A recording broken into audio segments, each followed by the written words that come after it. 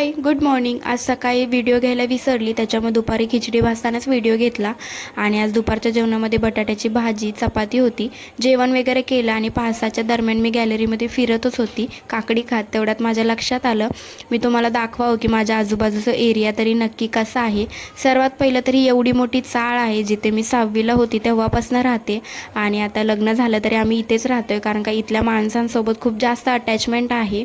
आणि एवढ्या मोठ्या चाळीमध्ये फक्त आणि फक्त पप्पानीच एकट्याने 1+1 घर बांधले, त्याच्यामुळे ही अशी व्हिडिओ घेता येते। आणि बॅक साईडला ग्रीनरी पण खूप छान आहे।